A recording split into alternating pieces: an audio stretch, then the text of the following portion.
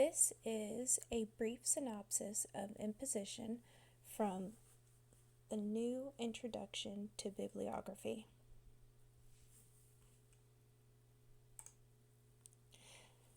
There's some key words to keep in mind, like form, chase, furniture, and coins. Imposition is the arrangement of the pages in their order. First, it's important to understand the parts of the printing press before imposing. The form, which is the entire casing itself with everything in it. Then you have, when the form is empty, it's a chase, or the chase is the outside frame. There are also several small blocks of different sizes that is lower than the type letters, but it basically fills in any free space so that the letters and anything else fits comfortably and snugly, and that is called the furniture. And the form is locked up by the coin. Most people have already decided what size their book will be, so then it's time to move on to the impositions and foldings to consider. The most common ones are folio, which is folded in half. You have quarto, which is folded into 4 parts. Octavo, which is 8. Duodecimo is 12. And sextimo is 16.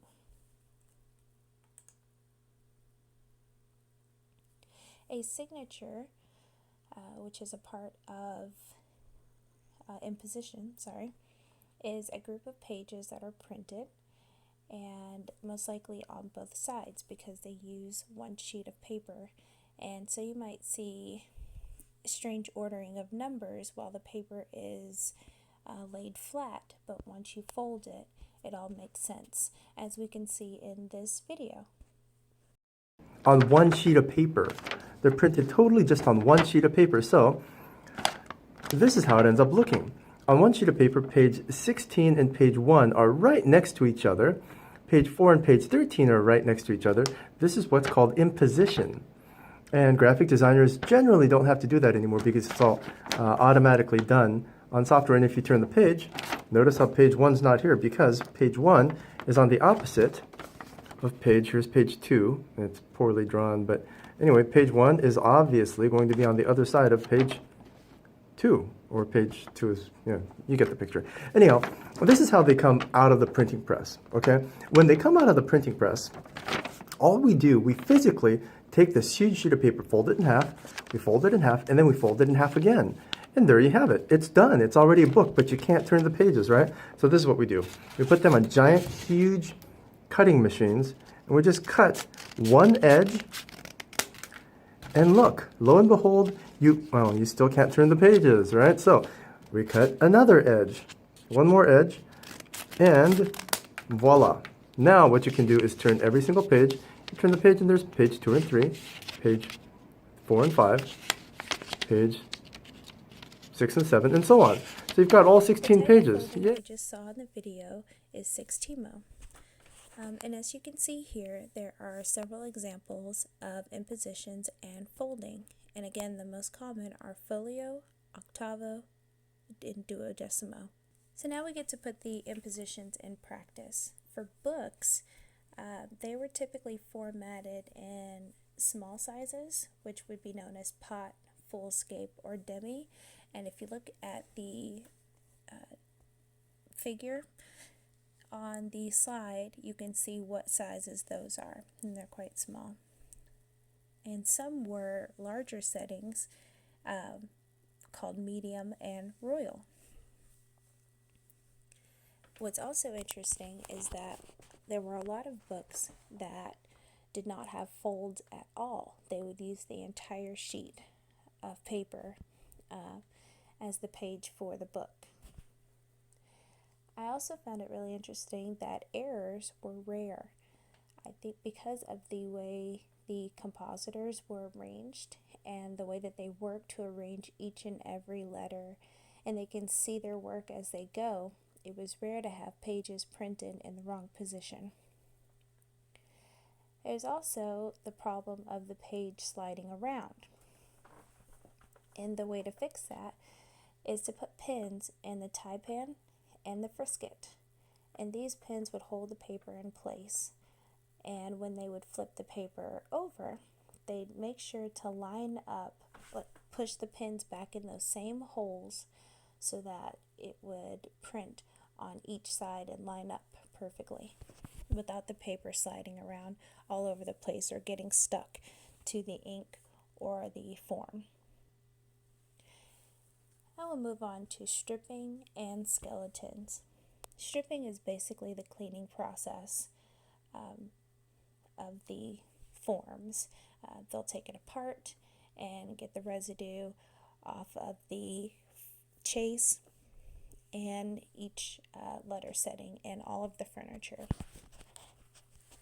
And since books were typically arranged in the same way, any parts that could be reused, like the typographical parts, the chase and coins and furniture, which are not reusable, are collectively known as the skeleton form. Proofs and corrections.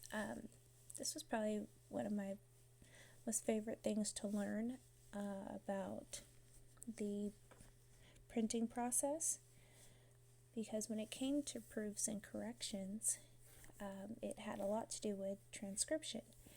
And in order to make sure they weren't distracted by any vagrancies in a manuscript or design or the way someone wrote, the compositors would actually have someone dictate the text to them while they made the forms. And yeah, that's basically how they dealt with the proofs and corrections.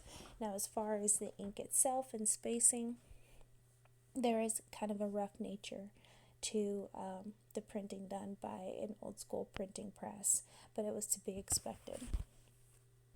A standing type is the practice of keeping the forms of very small print, the teeny tiny print, what you might imagine seeing in like a Bible, or text that is up for reprint. You know, if they know that a book is going to be reprinted several times, they would save this setting, and that is a standing type. They'd save the whole form for use for later. As far as imposition now, although we are talking about a printing press process, imposition is still very relevant. Right now we use software like InDesign and KDP and a whole host of other types of software that help with this process and make it a lot smoother and streamlined. But there are those who just prefer the old process and the experience of using a printing press. As we'll see in this video, pay attention to the amount of time it takes to do one page, or even proficient at setting up a page. How long would it take them to make an entire page? Entire like 5x8 page, I'd say 3 to 4 hours to typeset everything. And then the printing process itself, once everything is locked in on the bed of the press, that tends to go pretty smoothly. So as long as ink coverage is good and paper is where it's supposed to be, you can get your printing done for 100 pages in about an hour. And that's imposition. Thank you.